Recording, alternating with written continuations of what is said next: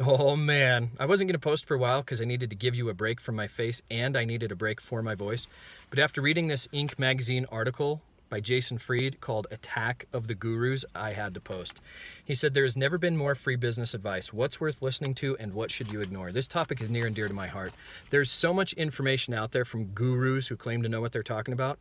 How would you know what's right and what's not right? And you read something and then the next day there's something that contradicts it. And I'm finding that more and more with the marketing things that I'm reading. There's no clear-cut answers and everybody claims to know the path. Like low here and low there. I know what I'm talking about.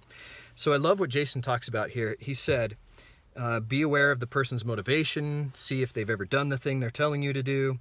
And here's the most important thing to recognize about advice. It's relative. It's contextual. That word's a little hard, isn't it? People love to share success stories and suggest you follow in their footsteps, but most people really have no idea how they achieved what they achieved. They look back and connect dots that maybe weren't there, lay it out for you, and encourage you to do the same thing. I found that when I interviewed the millionaires. I said, the question I asked was, what advice would you give to somebody who's looking to be successful? And they would say things like, well, you have to have a dream and a passion and you have to work at it with discipline. And I would say, but that's not what you did. And they went, oh yeah, you're right.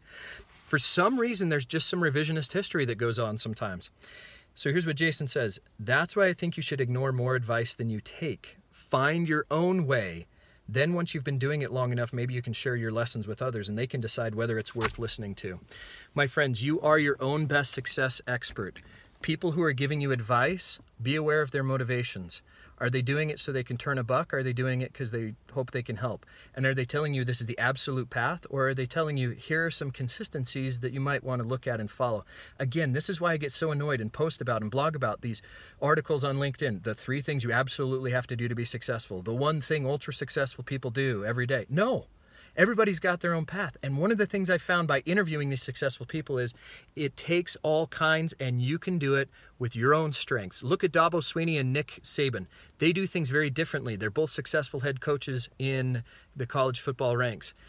They do things differently, but they're very successful because they do it according to their own strength. My friend, find out what those strengths are. When you're listening to advice, look at the person's motivation, evaluate it. Really evaluate it for how does it line up with what you're feeling, with what you're thinking and what your gut is telling you. And then find that path that your heart is telling you is the right one. You will find your success. It may not be financial, but you will be blessing the world as you do that. And I hope to see you down the road. Merry Christmas.